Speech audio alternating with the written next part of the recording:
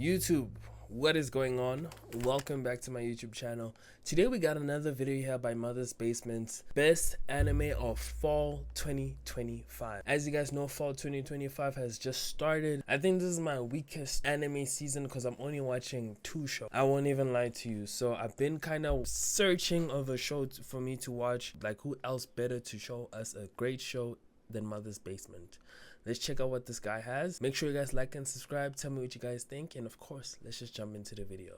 Let's go. As one of the craziest years in anime history, also regular history, rolls to a close, I feel an odd sense of relief to see fall's anime lineup be merely pretty great. Coming off the tail end of 2 all-time banger seasons and staring down the barrel of winter 2026, it's just nice to finally have a slightly lighter load of returning series with only Spy Family, Ranma Half, Hiroaka, To Your Eternity, Kingdom, Campfire Cooking in Another World, Isekai Quartet. Oh, no lie, the show that I feel like people are sleeping on that I haven't seen a lot of people talk about is what's that? Spy X Family. I've seen nobody talk about that show. Like, no one has talked about Spy X Family. The Campfire one, people talk about it. To Your Eternity, of course, people are talking about it. But like the other ones, dude, nobody's speaking about Spy X Family. Blue Orchestra, Kakurio, Bed and Breakfast for Spirits, Let This Grieving Soul Retire, and Uma Musume Cinderella Grey to worry about. Plus a new Gintama spinoff. Oh, yeah, and One Punch Man, I guess. That leaves almost an entire hour. Yeah, because One Punch Man, they failed us. They failed us completely. They fucked it up. They darn fucked it up. Week to start catching up on my anime backlog. And for the first time in forever, my top 10 new anime recommendations for the season are actually a top 10. Plus 3. But that still rounds down to 10. I'm almost starting to remember what sleep feels like. These are the ones to watch for fall 2025. Brought to you by Rosetta Stone. Rosetta Stone, make it lit. We skip ads, let him make his together. Money. Learn and journey today. But now it's time to start our journey together with a stop in that most familiar, homey, and cozy anime setting. A strange, dangerous parallel world. My status as an assassin obviously exceeds the heroes is a prime. Dude, this was the show that I watched yesterday. You guys must watch, literally, I'm not saying watch the whole episode, but just start it and watch 2 minutes. Holy shit.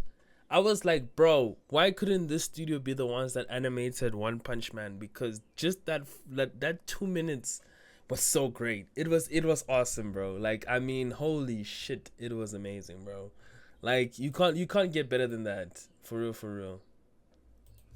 Example of what an isekai can be when it actually cares about its protagonist's place in the world he came from. Akira Oda is a natural wallflower, so unassuming that every time he opens his mouth, a few of his classmates wonder how they missed a new transfer student. So when the whole class gets isekai'd Ari Ferretta style, it's only natural he ends up with a stealth-based assassin class, though how he got higher base stats than the hero remains a mystery. One, he doesn't really have much free time to solve right now because the king who summoned them is clearly up to something, and his stealth powers make him the only one who can do anything about it. Lol, this is such a classic isekai. This is what we love about isekai. Power fantasy bullshit.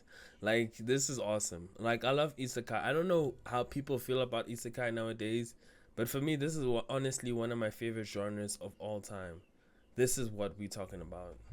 Though he's not completely alone. A knight captain with convenient magic infrared vision just happens to be plotting a coup of his own against the corrupt monarch, and so helps Akira train the skills he'll need to vacate the throne non-lethally, which is one of the things that immediately set this isekai apart for me.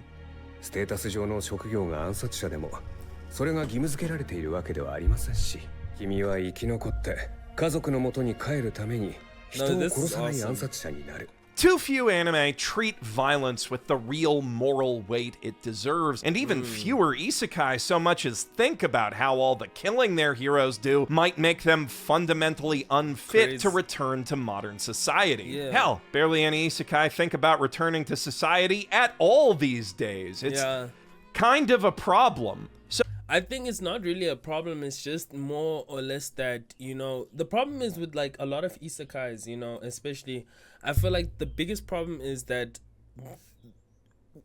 especially when it comes to storytelling, besides the story, once we get into season 1, I feel like a lot of isekais to kind of they struggle to show us what more they can bring in season 2. It's rare for us to see an isekai where season 2, 3, 4, 5 is just better and better, except for ReZero, Mushoku Tensei, Jobless Reincarnation. I should have just said that. But yeah, it's just rare, dude. I feel like a lot of isekai struggle, especially overcoming season 1 glory to season 2. I was watching Ari Ferreira. Holy shit, that was such a drag. It was so boring. I was so bored the whole of the show. Like it brought nothing new. It brought me nothing different, and I feel like that's where a lot of isekais are really struggling. No cap. So, while I do love me some bloody, pulpy, edgy messes, as you will see later in this video, it's refreshing to see something with all the hallmarks of edgelord isekai-like Failure Frame going in this more thoughtful direction. Plus, as a Sunrise show, it's actually got some real production sauce behind its grim, dark atmosphere, instead of just typical dog water isekai animation with a tinted backlight. An isekai with an emphasis on espionage and revolution sounds like a ton of fun to me. And it goes to show there's still plenty of space for new ideas, even in such an oversaturated genre. Of Though, course. on that note, the villainess anime field is getting nearly as crowded. There's always new space for more isekai. I feel like, you know, isekai hasn't reached its full potential. That's the one thing which I like about it. It hasn't reached its full potential. There's still so much more that it has to bring and so much more that it has to offer. I'm just waiting for us to really get that isekai. I feel like, okay, we've gotten one, Mushoku Tensei, but as well, like, I feel like also the fans that have read the manga,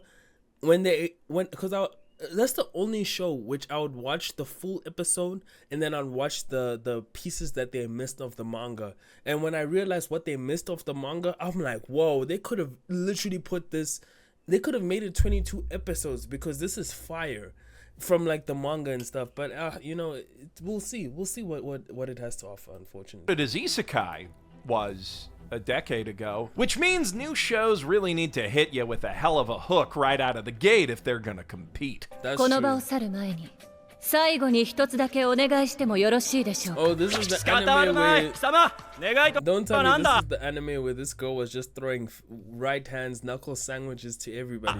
そこのクソ甘をぶっ飛ばしてもよろしいですか。 Whoa. 何を言って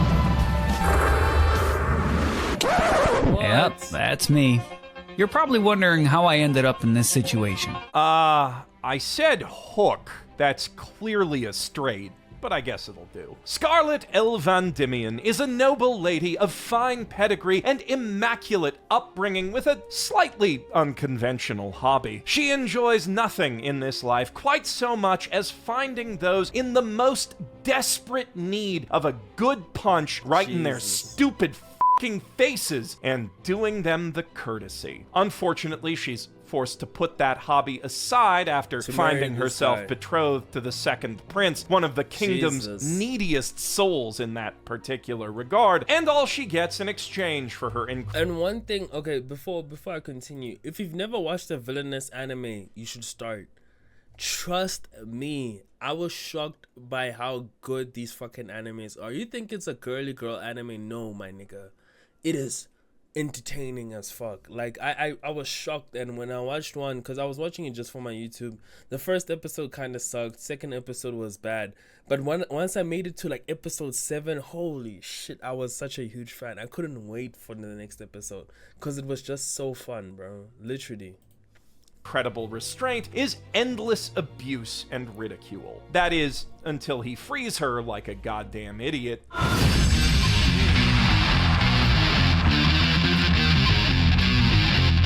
Knuckle sandwich.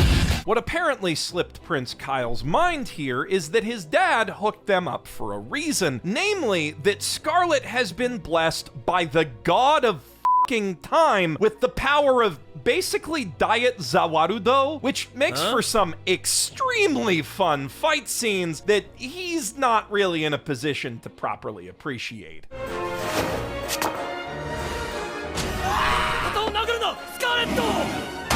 Oh, yeah. Knuckle sandwich.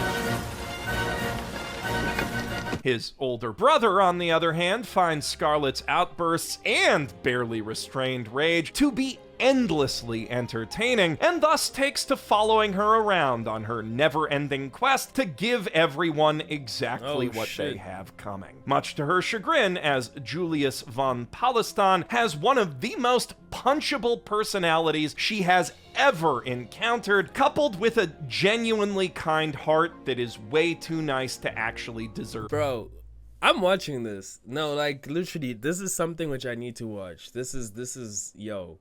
It's funny, it's cool, and she throwing punches. Like, what more do we want? Like, there's violence, there's blood, there's all of that, bruh, in this freaking anime. Pretty like, much the most annoying kind of person imaginable for her personally. In other words, it's a 10 out of 10 romantic dynamic, and I can only hope that the show will make good on the promise in its OP that one day they're gonna fight each other. This anime really has it all. Great characters, fantastic comedy, saucy romance, and top-of-the-line action. It's a strong frontrunner for anime of the season, so even if you're not usually into villainess stuff, you really ought to give it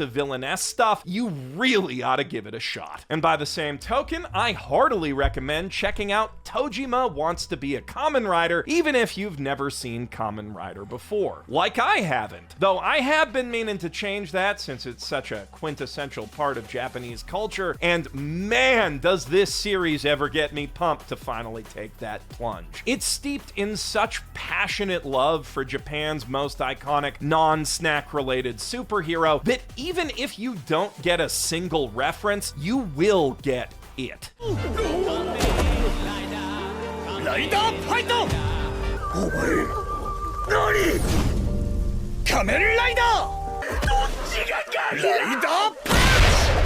Oh, what? That's crazy. Ever since he was a young lad glued to the boob tube, Tojima Tanzaburo has dreamed of becoming Kamen Rider and battling the sinister forces of Shocker. Now, that's not too unusual in Japan, but Tojima didn't give up that dream when he hit high school. Instead, he started working for it harder, training his body and mind every day to become the ultimate weapon of justice. This is a male power fantasy. But I get it. It's like an old show that was in Japan. I feel like, man, I missed this wave. So yeah, it's interesting to see like an anime perspective of him trying to be Kamen Rider, or maybe there's like a different aspect of the character in real life. But yeah, this is cool. But what does he have to show for it as he celebrates his 40th birthday in a depressingly 40? Jesus, bro. That's when you know, bro, like, you know, sometimes you just gotta follow your dreams and all of that. Like, we always gotta follow our dreams. We gotta follow, like, who we are and our passions. Because, man, dude, being 40 and, you know, life is hitting, bro, that's life. You know, I don't know. Empty apartment, ripped abs, and the power to take down a bear with his bare hands. Psh!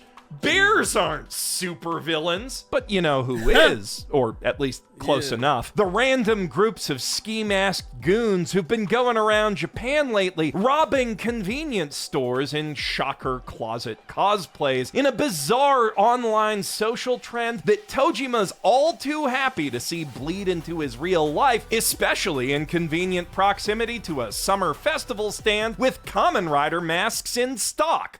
Kamen Rider!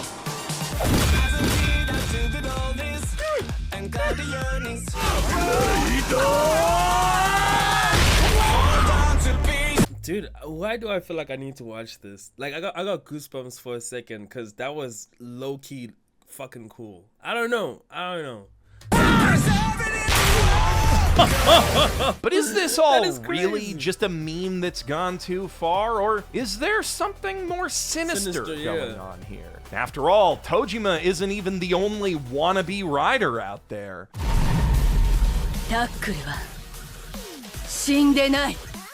Tojima wants to be a common what the fuck is this show? It's common.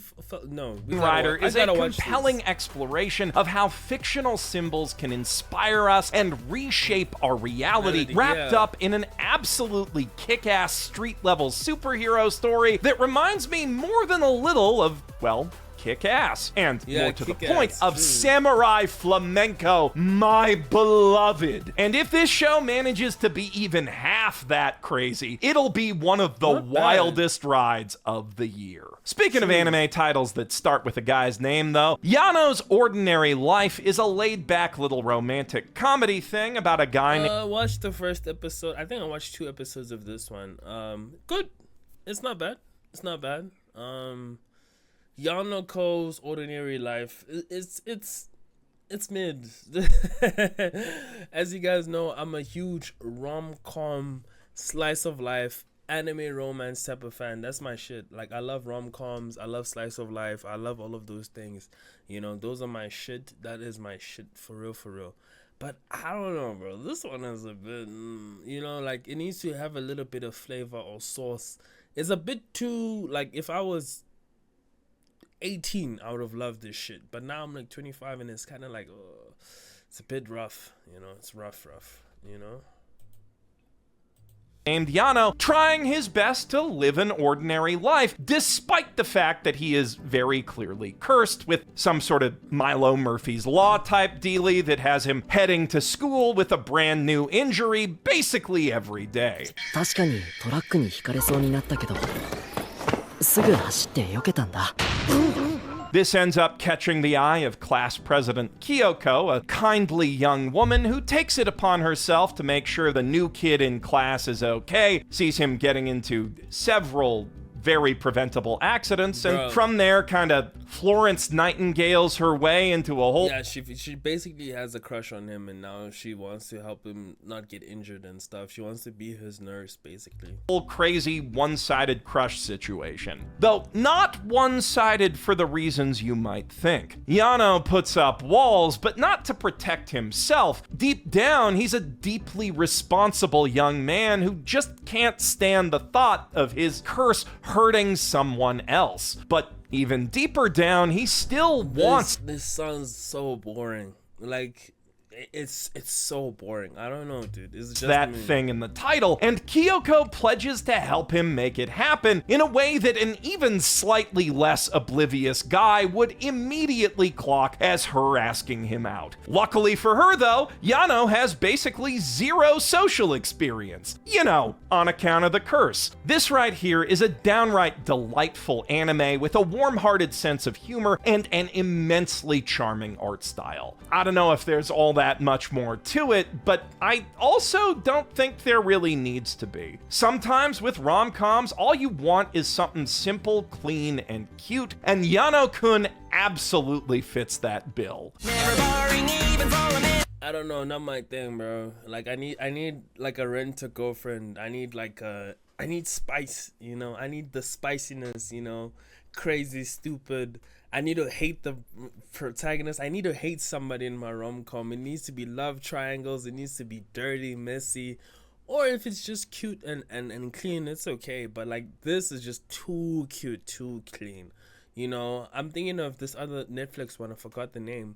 I loved that one because it was nicer. I think this is just not for me. It's my world and we're all living in it. So does A Star Brighter Than the Sun, an adorable new shoujo thing about a tall girl with self-confidence issues named Sai, whose childhood friend slash crush at first sight Koki grew up to be the most popular dude in their middle school. And unfortunately, in the process, they grew apart over the years, back to a last name basis. So now Kamishiro-san just treats Iwata-chan like any other girl, volunteering to do extra work for the sports festival so it'll be just the two of them late at night in the classroom alone, taking her all the way back home on the back of his bike and then walking the rest of the way after he blows a tire, running over to grab her in the middle of the scavenger hunt when he's tasked with finding, quote, a cute girl. So she has no way of knowing how he feels about her, and she's left to keep wondering, even as they both enter the top-level high school that she got into pretty easily with her good grades, while he studied his ass off to just barely make it right after she told him she'd be going there. For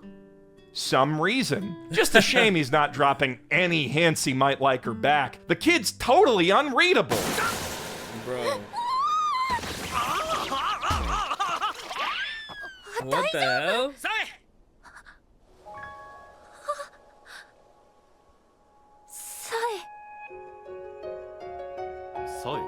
Natural born poker pro, I tell you what. So, yeah, gosh. this one's One of not those- exactly shaking up the shoujo rom-com formula, but it executes on that formula beautifully with a soft, appealing art style, especially in the flashbacks, likable, well-defined characters, and perfectly timed Doki Doki moments that keep the pace feeling steady and relaxed, despite the show covering like 8 whole grades worth of backstory in its first 23 minutes. If you need your shoujo fix good and fast, A Star Brighter Than the Sun does not disappoint. On the other hand, No, not for me. No. Not for, like, no. I don't like, no, bro. Like, again, more spice, more drama, more love triangles, the whole cute, blah, blah, blah. Maybe if I watched it, I might like it, but no, not for me. if you like your love stories a little bit messier, then you might enjoy This Monster Wants to Eat Me. Okay. An extra toxic tale of love between two maidens, Hinako and Shiori, the latter of whom just happens to be a maiden of the mer variety, which in Japanese folklore It's a mermaid. just happen to eat people, which would be a bit of a red flag in most relationships. But the thing about Hinako is she doesn't really want to be alive anymore on account of Oh the my gosh. crippling PTSD and survivor's guilt from watching her whole family drown. Wow. So, kind of a green flag for her, and who am I to yuck a young lady's yums? Of course, the series would be over pretty quick if that were all there was to it. There's something about Hinako that apparently makes her delicious to yokai, but Shiori believes that her flavor will only ripen with age, so for now, she's content to simply hang around, protecting her prey from other monsters on the hunt, and presumably getting a little weird with it eventually. Kind of like what that thing that's not Hikaru does for Yoshiki after all the other things on the mountain start noticing him. それはまるで Okay. の生産さに指一本動かないのに This Monster Wants to Eat Me isn't quite on the same level as the summer Hikaru died in terms of direction or production values, but it is an impressively unnerving anime nonetheless that does a particularly great job of putting us in Hinako's soggy school slippers, using This one, I think you need to watch the first episode. I feel like reading the premise alone is not doing it justice.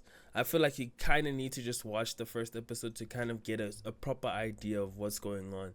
Because I feel like, you know, as much as I'm listening to it, I'm like, maybe if I watched it, I would probably get it. But for now, yeah. I to a need something with slideshow, sauce. and the story, at least so far, is not pulling its punches for a kid's I'm not gonna watch this. This is something I know I won't watch. I used to watch Digimon, but bro, I'm not 12 no more. Like, come on. series. If Let's you've move got on. a child in your life that you want to watch some good anime with, or you just miss watching Digimon yourself, this is looking like a real good one. But if that's still not enough kids hanging out with cute supernatural critters for you, you might also want to check out Shabake, a spooky new Shabake. historical fantasy But that hairstyle though. anime based on a widely beloved series of Japanese heavy novels that follows Ichitaro, the sickly young heir to a wealthy merchant family in Edo-era Nihonbashi, who was blessed by a god at birth and now lives with the aid and protection of various friendly yokai. But the young master isn't exactly happy living such a confined life, and one fateful night his yearning for greater freedom leads him right to the scene of a murder, which he'll need to use all his wits to solve, and maybe a bit of supernatural help. The mystery here is more than a bit of a slow burner. 2 episodes in, Ichitaro hasn't even formally taken the case yet, but that's hardly my a bad gosh. thing when it gives the anime time to develop its characters, plant clues and red herrings, and really soak in its historical atmosphere. There are so many little details No. Not my thing. I love Edo era animations, Samurai Champloo. What's that other one with that girl, Momo? I forgot the name.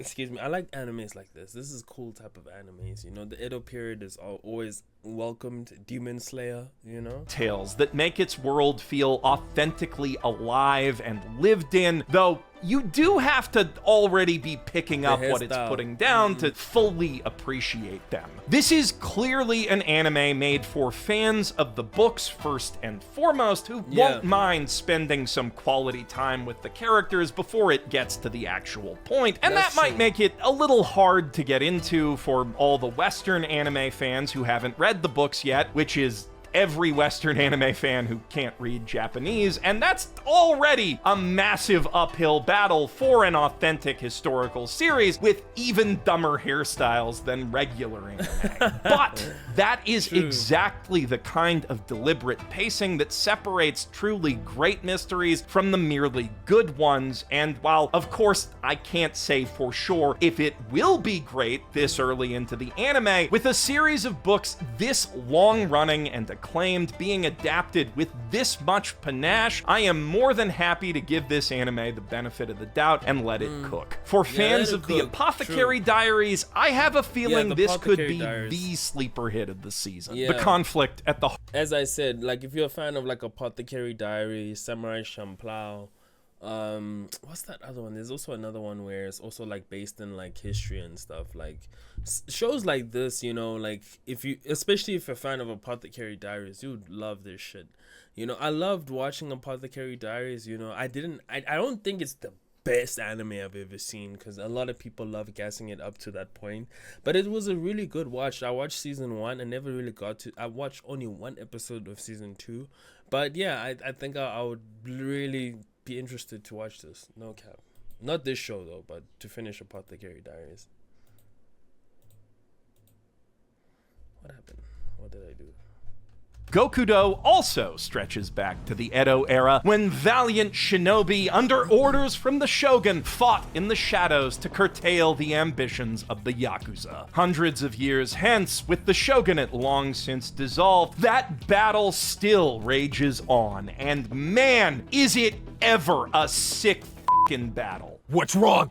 Speak up, Heikichi! I'm sorry. I'm not really feeling... Whoa. So good.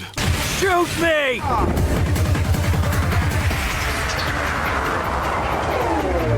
What? Damn, he's fast. Yes, that.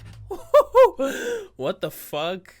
Okay, no. We gotta... That right there. Just inject that shit directly into my veins, because that is what I call fucking anime. Ridiculous, over the top, cheesily dubbed, pure, stupid, awesome, ultra violence with an emphasis on the awesome and just as much emphasis on the stupid. This is the kind of anime I live for. It is not, however, the kind of anime that Shinoha Tanaka lives for. This pathologically stoic ninja warrior rendered incapable of smiling or laughing by Yakuza-related trauma has only one source of joy in his life, the long-running and widely beloved magical girl franchise Pretty Cure. But that all changes one day when he finally makes a friend. Kiwami Kimura, a fellow Precure fanatic who actually works for one of the anime's major sponsors, simply sharing their passion for all 17 classic seasons while comparing their exclusive merch from the latest pop-up shop is enough to give Shinoha his first proper chuckle in years, and it seems like the power of otaku camaraderie might really be the cure he needs. There's just one small problem.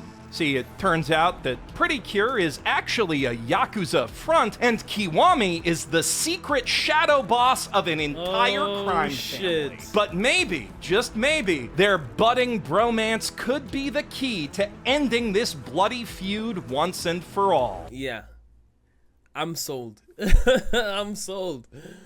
Seeing this guy decapitate heads, nah, bro, I'm sold. Like, what the fuck? That's right, bitches. It's yaoi-coded Ninja Yakuza Romeo and Juliet. I fucking love anime! But on the subject of forbidden love, anyone who's seen High School Musical can tell you there is no love more forbidden than a basketball guy's secret passion for the performing arts. Wandance tells the story of Kotani Kaboku, a high school freshman with a bad stutter and worse self-esteem who wants nothing more than to fit in and be normal. But what counts as normal for a guy in his small mountain town is pretty narrow criteria, so mostly he just keeps his head down and goes with the flow. Until he meets Wanda, a fellow first year from the dance club with no compunctions about busting a move where everyone can see her, whose carefree confidence ignites something in him he didn't know was there. His own move. Okay. I like this. This is a nice rom-com. I don't know. This is I don't know. You see, this is what I like about rom-coms. It needs to have a bit of flavor, you know?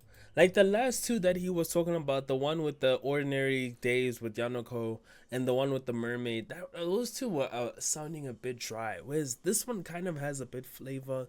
It's a bit of nostalgia with the whole High School Musical. And plus, you know, looking at the animation styles, like seeing an anime where they dance and all of that. I think because I'm hyped from the previous one, that's why I'm liking this one. But I like this. This is seeming cool. I like it a lot. It's cool.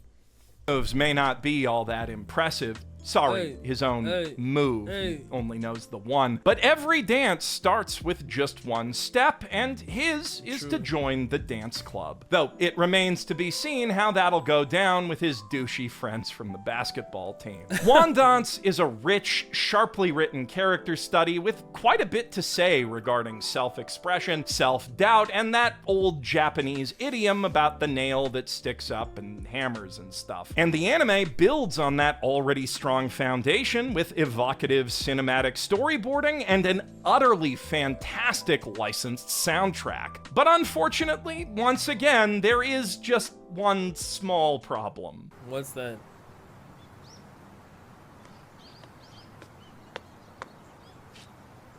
The dancing scenes kinda suck. Not the motion captured dancing itself, that's great. They got a BTS choreographer on staff to do it. But the character models performing it look like they were made a decade ago, which coincidentally seems to be exactly how long it's been since Cyclone Graphics Inc. last worked on an anime. It's a massive letdown, to put it mildly, especially in a world where stuff like Girls Band Cry and Bang Dream exists, but everything else about the show is absolutely phenomenal. So if you can't look...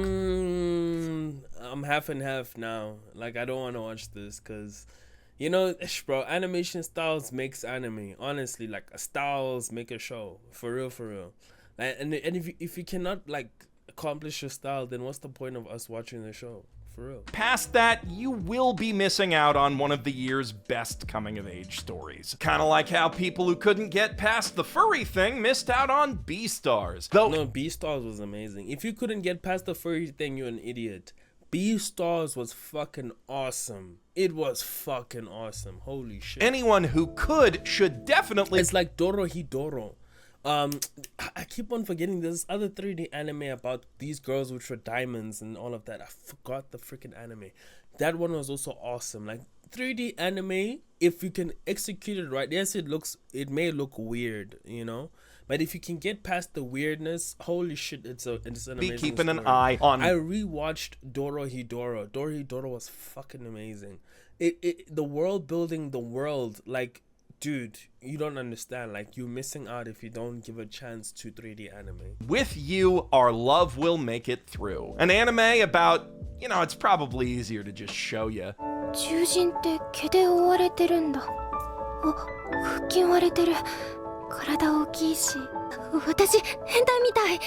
やめよう。 In an alternate reality Japan, on a reservation nestled in the middle of Saitama, there lives a small society of beastmen created in some sort of experiment many years ago. They don't exactly live alongside mankind. All 3,000 are currently segregated behind towering steel walls in a settlement with mediocre amenities and no doctors or hospitals to speak of. But in 20XX, a new government program has has given a few exceptional beast kids a chance to study at human schools. Tsunaga Hidaka is one such transfer student, a mild-mannered, blue-furred dog boy who dreams of becoming his people's first physician, but now this is a furry anime. What the fuck? What are we talking about? What? That's so weird. soon finds himself distracted from his studies by the irresistible scent of his sweethearted classmate, Mari Asaka, who, for her part, finds it just as difficult to resist them fuzzy abs. Unfortunately, most of their classmates aren't quite so open-minded. From casual microaggressions to full-on physical bullying, Hidaka faces quite a bit of prejudice, which he has no choice but to bear with quiet dignity. Such is the pressure placed on the legally designated model minority. But at least one other kid in class is woke enough to stand up for him, and if the OP's any indication, that social consciousness is gonna land Buddy a cat girlfriend of his own before too long. And not the coward's kind of cat girl either. This one is clearly by and for the freaks, and it gets plenty freaky even by the end of episode 1. So ladies, if that other shoujo thing on this list was just too wholesome for your tastes, you're in luck. But I do think that everyone ought to at least give this anime a shot, because Shin Itagaki's adaptation is both gorgeously animated and brilliantly storyboarded, and the urban fantasy world building is legitimately fantastic. But speaking of Beastars, hot on the tail of their incredible run on Dandadan, Science Saru continues to be the gift that keeps on giving to anime enjoyers in general, and to me personally, by finally, after all these years, giving me a second real Christmas anime. At long last, I have something to watch after I'm done with Tokyo Godfathers that's not that one episode of Toradora, that other episode of K-On!, or the DVD case for Itsudate My Santa that I stare at for a while before realizing that if I'm really that desperate, I should just fucking end it already. Every year. And then I put on, like, a Muppet Christmas Carol or something, and, you know, I'm mostly okay. But now, me, you, and your whole family can watch anime all Christmas Eve long if we want, with only a little bit of K-On! Coping involved depending on how early we start. Well, okay, maybe not the whole family. What? 赤い服を着てよ、サンタ。 No, kids, don't worry, he's not dead. That's actually the last descendant of Santa Claus right there, and his elf assistant was just doing a bit of magic to make his shirt red so that his red shirt can activate his bloodline powers, and he's gonna turn into Santa and heal that right up right now, in a second. Just, you know, give it a moment. Any minute now. What the fuck?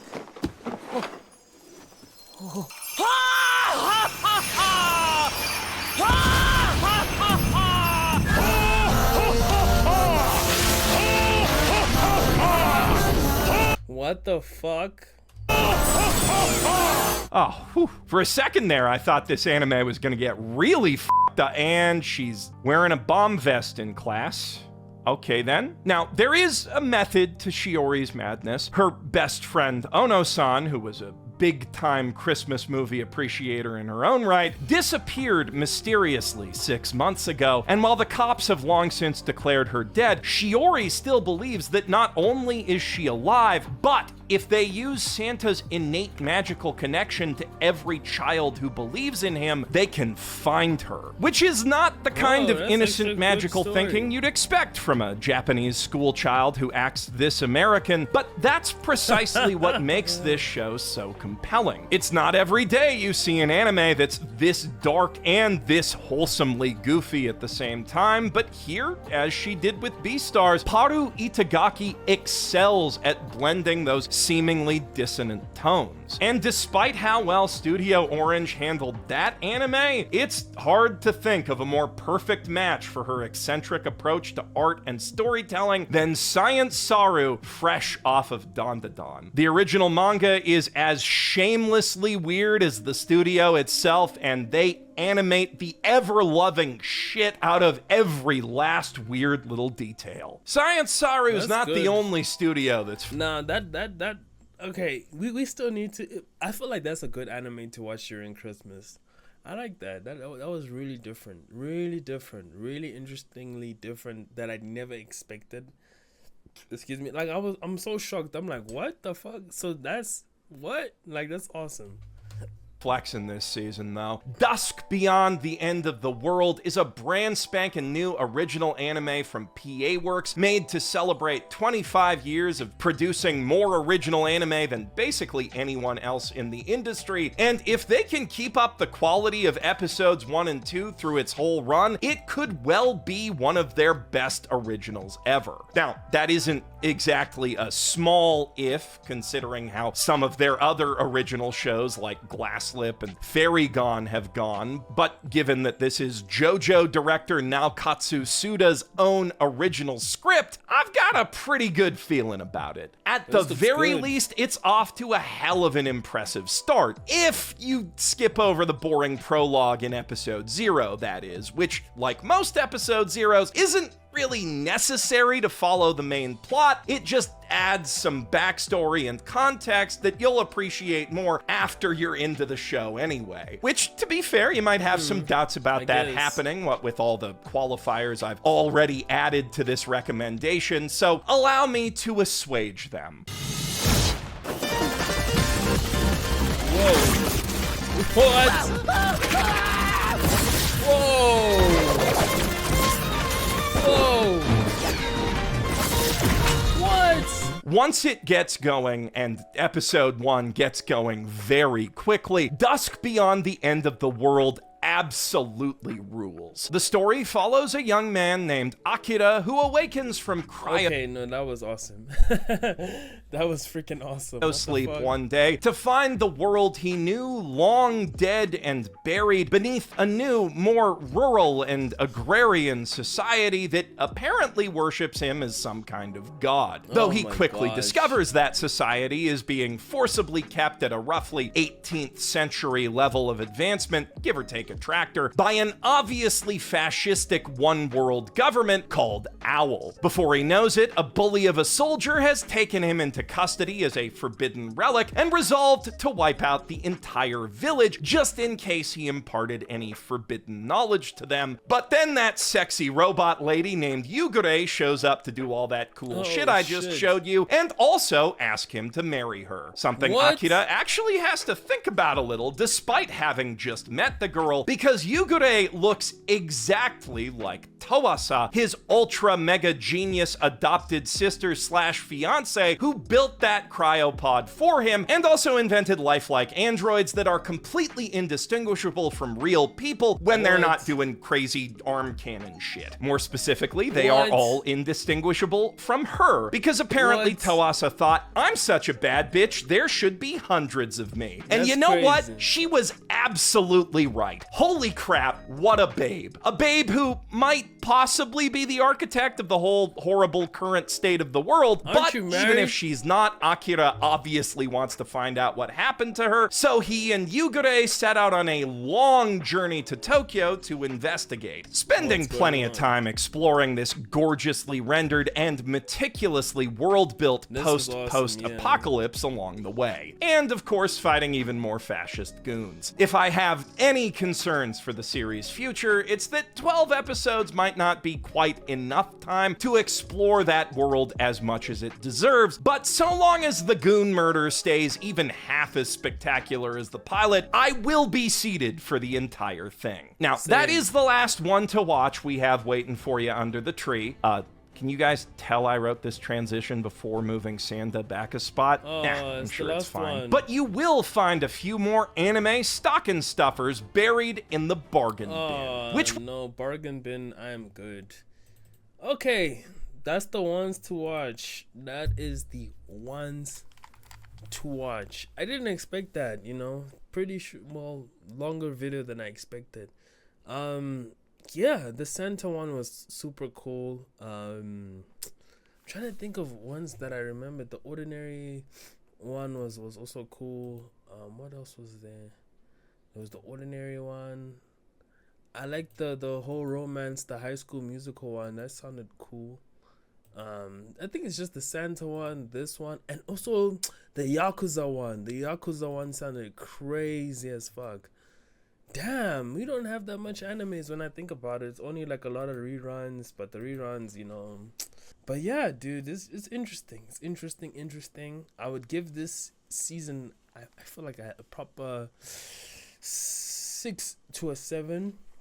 I like 7 out of 10. It doesn't really have good stuff. If One Punch Man was good, this season would have been amazing, because we would have had One Punch Man to just bless ourselves. But One Punch Man sucks, so it sucks.